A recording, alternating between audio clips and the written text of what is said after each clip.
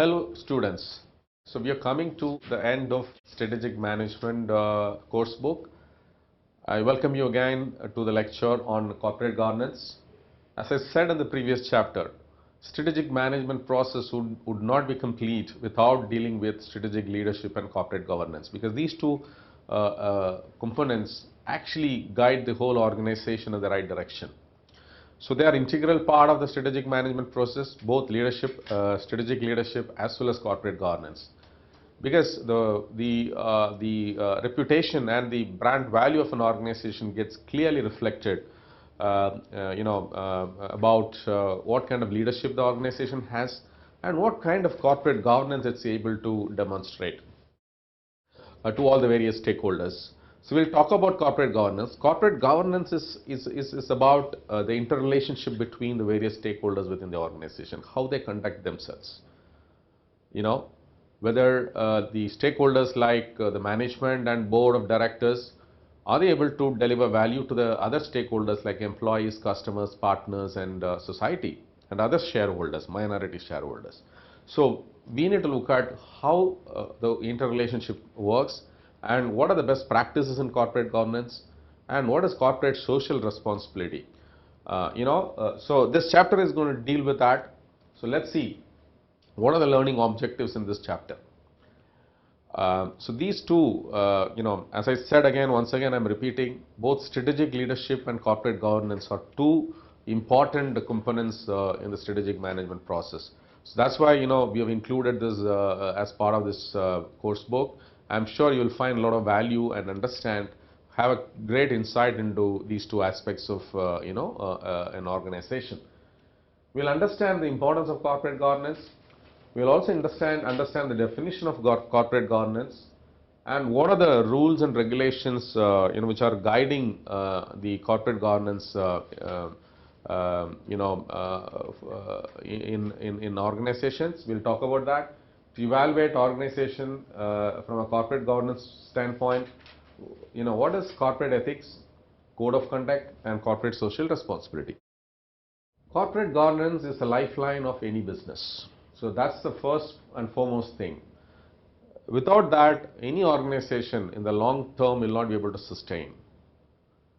Let's talk about Satyam Computer Services. Satyam Computer Services is one of the top 5 leading IT services companies in the last decade. And the company's chairman admitted to having perpetrated accounting scandal, and thereby exposing the company to financial irregularities, and it impacted all the stakeholders in the organization, which is a history now. I mean, this company has been acquired by Tech Mahindra and they are doing well.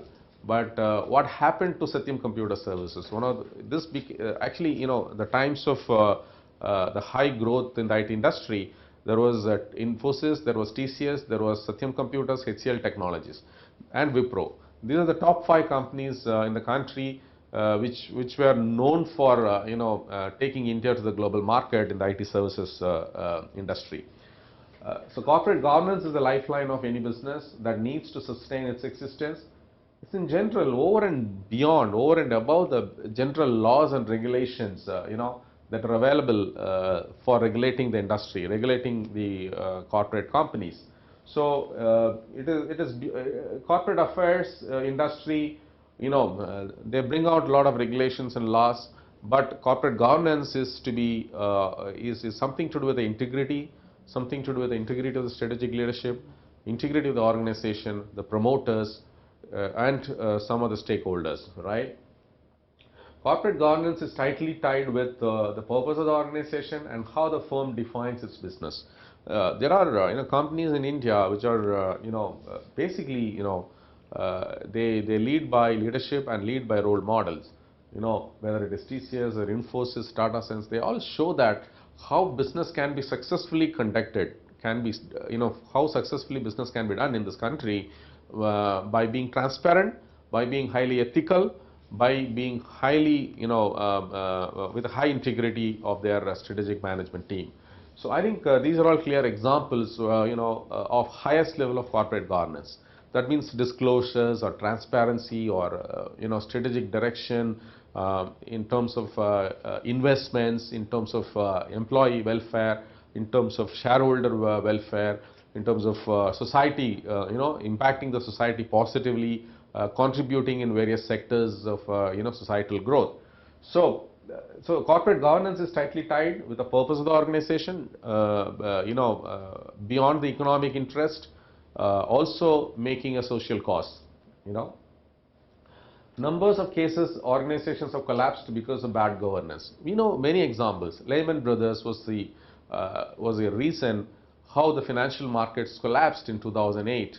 The company became bankrupt, and there are many companies who went in that direction, in 2008, and the American government had to bail out some of those financial institutions. That's because of over-intelligence, over-compensation, or getting into new areas of very high risk, and what happens? You create products which are not sustainable, for the industry, and you're creating bubble in the whole system, and that was the effect of subprime crisis that we had seen in 2008, and Lehman Brothers was leading the fall, and we had seen in early 2000 WorldCom, Enron, scandals, and in 2009 we had seen Satyam Computer Services scandal, which I talked about. The chairman admitted to having conducted accounting scandals and completely doing fraudulent financial transactions. So I think the cases, there are many companies which we can quote both in India and in the global markets. So we need to give. That's why corporate governance is lifeline. What is corporate governance? Let's define it. It involves a set of interrelationship between company management, board, and shareholders and other important stakeholders like employees, customers, partners, and society. That's what it's all about. How they conduct themselves with each other. Are they fair? Are they transparent? Are they demonstrating ethical behavior? Are they highly behaving with high integrity? So I think that's very important. The governance framework provides a structure through which an organization is able to set its objectives and monitor its performance on a regular basis. So you need to have a governance framework. The governance framework is a structure as stipulated by the various guidelines like Sarbanes-Oxley Act or OECD principles, or even in India you have RBI Act, you've got SEBI, you've got other industry regulators. So you need to go and have disclosure agreements about your company, and you need to constantly publish it in the stock markets, so all the shareholders and investors and the general public, they are able to all have a view of how the company is doing and what kind of investments the company is making, what kind of potential threats and risks the company is taking, or what kind of financial impact it will have certain decisions are made. So the complete awareness is made on the market. Complete awareness is made with all the stakeholders, so they take the right decision whether to invest or not in a particular company. So this organization has to clearly set out its objectives and monitor its performance on a regular basis. So that's how the corporate governance framework comes into picture. What are fundamentals of corporate governance? Shareholders of an organization have a relationship with all other stakeholders because the investors' money is at stake. So obviously, when there is investment, there is money at stake. So you need to really you're accountable and answerable, to the shareholders. So that is what it happened. That's what Mr. Ramalinga Raju did in Satyam Computer Service when he was chairman, and rest is history. You know what happened thereafter. It is also the way in which companies are directed and controlled, whether they are doing a healthy management practice or they are indulging into something which is fishy and which is not known to the outside world, and after some time it comes out automatically, either through external audit system or through some board level independent directors take action or they come out open that this management board is not doing business ethically. So these things can happen, and the truth will come out. Stakeholders in a modern corporation, there are internal stakeholders and external stakeholders. Let's talk about external stakeholders. Shareholders, the shareholders, debt holders who have given loans and money to the company to run their operations and make capital investments. Trade creditors, suppliers and partners, customers and communities. Internal stakeholders, board of directors, the management, executive management and other employees who are directly involved in the strategy making. Principles of corporate governance. Rights and equitable treatment of shareholders and organizations to respect rights of shareholders and help shareholders exercise their rights. I think this is a fundamental reason, the fundamental principle, the right and equitable treatment of shareholders, so that the shareholders are able to, exercise their rights. The interest of other stakeholders. Organization has obligations to non-shareholder stakeholders like customers, employees, creditors, suppliers and society. So then you are answerable to them as well, because they are somewhere contributing to the organization's success, directly or indirectly. Risks and responsibilities of the board. Board needs to meet requirements as to skills, understanding of the business, numbers, independence. So board should have the highest level of expertise, should have both independent directors and non-independent directors, executive directors. So you need to have the people who come with that experience and ask questions, why this investment, why this merger and acquisition, why are we expanding this business, why are we diversifying into new areas. So you need to create a business case study and be transparent about why such strategic decisions are made at the board level. So I think you need to have the skills and understanding of the business and understanding of the financial numbers and commitment and accountability foremost. Disclosure and transparency, to clarify and to make publicly known the roles and responsibilities of the board and its directors and the executive management members, to provide stakeholders with a level of accountability and transparency. So it's very important. So it is available in their AGM report, in their annual report, and it is also filed as part of the in a stock exchange communication. So disclosures and transparency is very important. Any change in the executive level management role and responsibility have to be communicated. Any change in the board level has to be communicated. So let's talk about regulations and code and codes of guidelines with respect to the corporate governance. Sarbanes-Oxley Act of July 2002, which was enacted in the US in 2002 July, is also known as the Public Company Accounting Reform and Investor Protection Act, Corporate Auditing Accountability and Responsibility Act. There are two acts in this.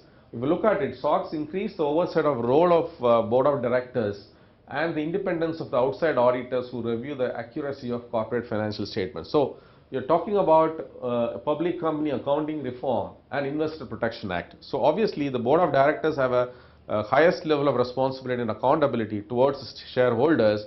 If anything not in line with the regulations and codes and the guidelines is happening at the company management level or at the organization level. So they have a greater role, oversight role. The board of directors have a greater oversight role of boards. And the auditors, outside external auditors who review the accuracy of corporate financial statements, they have more right. So they can say that these are non-compliance areas. These are areas where you need a lot of improvement. You need to make disclosures and transparency, make it transparent. So these two, board of directors and the external auditors have been empowered with the special rights to invoke certain clauses as per the SOX Act. The next one is OECD principles. The mission of Organization for Economic Cooperation and Development, that is what is OECD stands for. This is to promote policies that will improve the economic and social well-being of people around the world. So OECD is about, all about, economic cooperation and development of the whole world. So obviously they promote policies which are aimed at improving the economic relationship and social relationship and well-being of the people of the world. Stock exchange listing standards, this is again from country to country, it will differ. In India, SEBI is there, then you have the central bank, which is RBI, which is there. So other guidelines, International Corporate Governance Network. So there are many frameworks available to regulate and provide guidelines in terms of what is corporate governance. So there are special rights so that you can invoke, so that if any company is going in the wrong direction, can be exposed. SEBI guidelines. I thought I'll just bring some of the things which what is available in India. SEBI guidelines norms are market regulator has listed requirements for compliance in the listing agreement. So market regulators. So if you are becoming a public listed company, you have to follow certain guidelines and regulations. So the SEBI is market regulator, and they have listed down requirements for compliance in the listing agreement, that is stock market listing agreement. SEBI has also issued guidelines under the clause 49 of the listing agreement.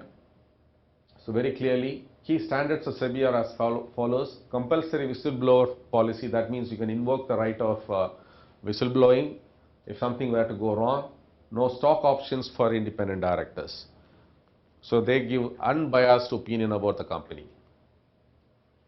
Key standards of SEBI are as follows. The recent circular from SEBI, it talks about separate meetings of independent directors other than the board meetings, setting up of stakeholder relationship committee. So every stakeholder, all the stakeholders get communication from the company board in terms of what's happening, what major decisions are being taken, and what's happening to the company in terms of its strategy execution process. Enhanced disclosure of remuneration policies.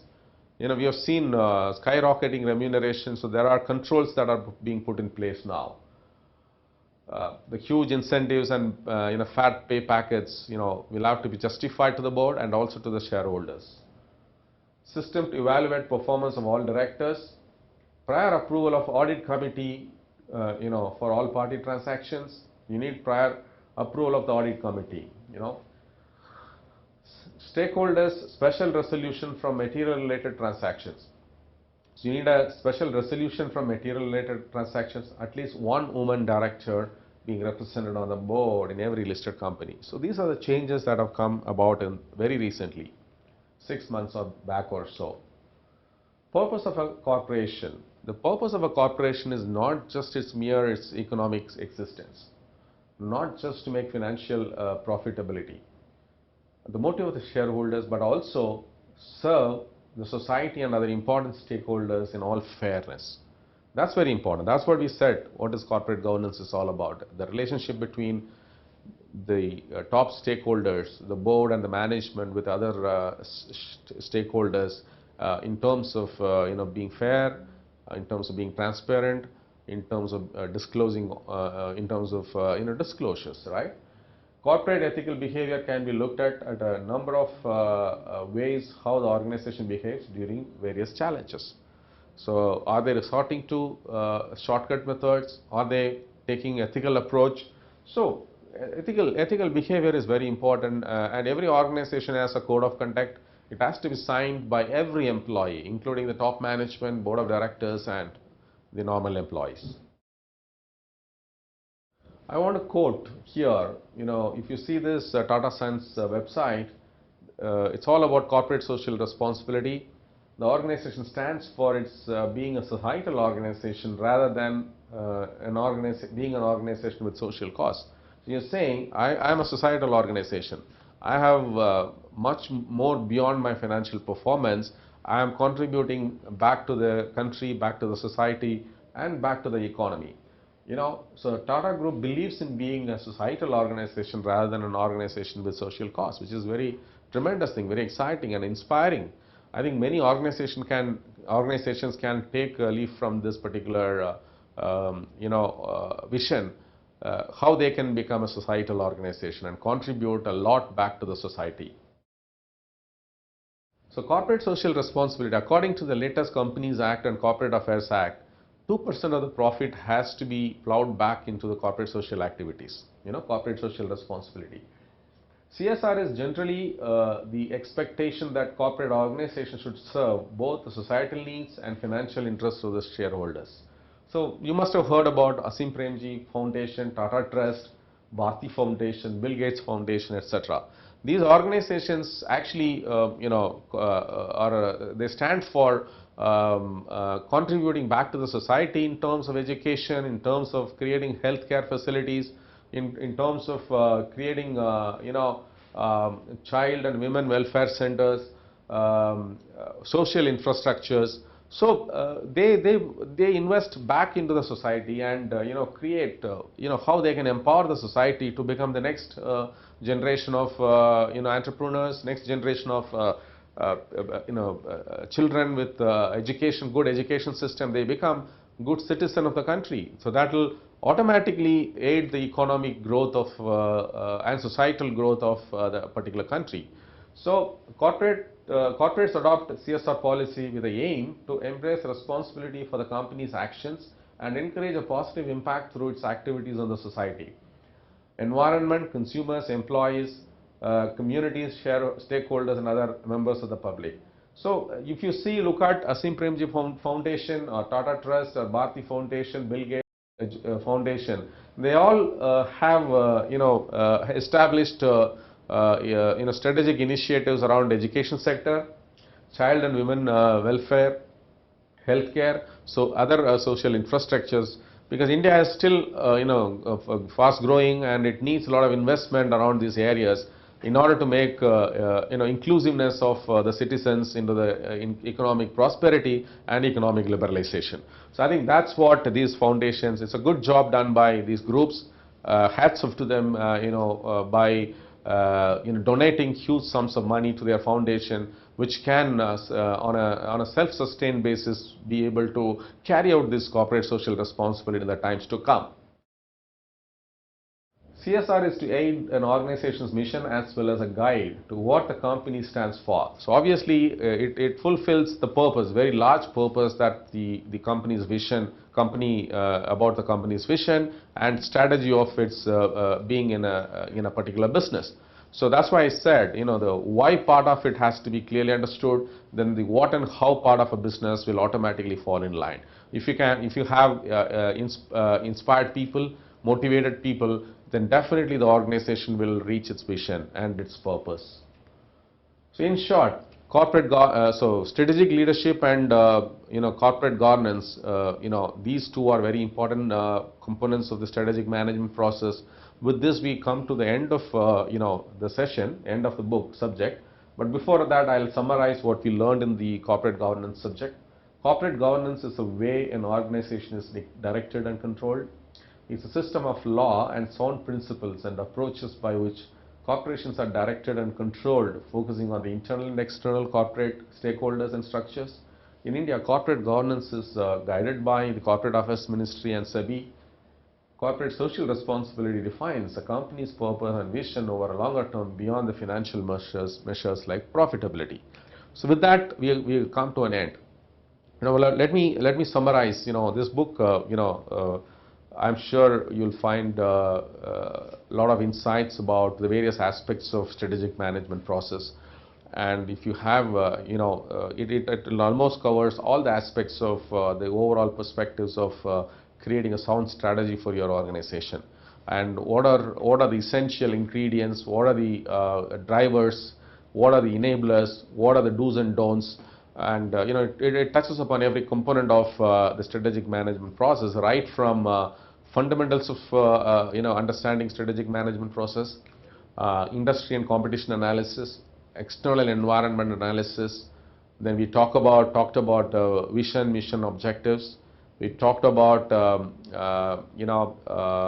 corporate level strategy, business unit level strategy. We also talked about functional unit level strategy. Then we moved on to strategy formulation process. Then we talked about strategy execution process. Then we talked about strategy evaluation and control. And then we also, in a globalized environment, what kind of global strategy you can have? How do you globalize your strategy, beyond India? And the two most important, last but not the least, the two most important things, components of strategic management are strategic leadership and corporate governance. So with this, we are almost covering every aspect of strategic management. I'm sure you'll find it very useful and in your management course.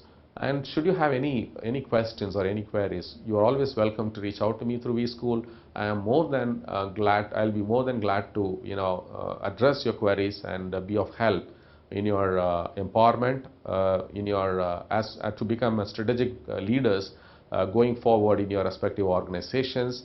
I wish you all the best and thank you for your time and attention.